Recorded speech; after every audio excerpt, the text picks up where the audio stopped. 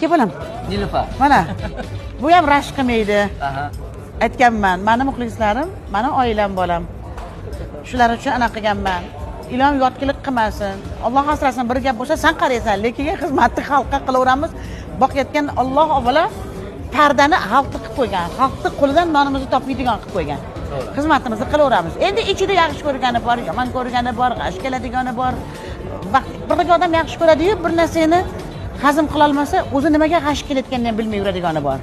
Yo'qsa o'ziga qarab tegishli gapni bilib qolsa ham g'ash kelib qolib yuradiganlar bor. Uni yomon ko'rish deyilmaydi. Unga vaqt kerak. Shaxsan o'zi zalga borasiz. Nilufarni ham olib borasizmi? Men to'g'risini aytaman, majbur qilish yo'q bizda.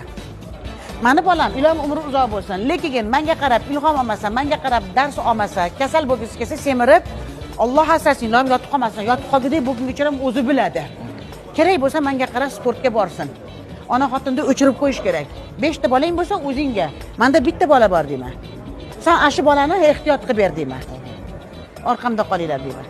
Men endi achchig'im keladi, aytganimni qilmaydi-ku, lekin o'zidan so'rang, shu kungacha, ho hayotda bo'lsin, ho shaxsiy hayotida, ho ko'chada, ho ishda, Ijodda bo'lsin. ho do'stlari bo'lsin, endi ijodda o'shing gapirmang.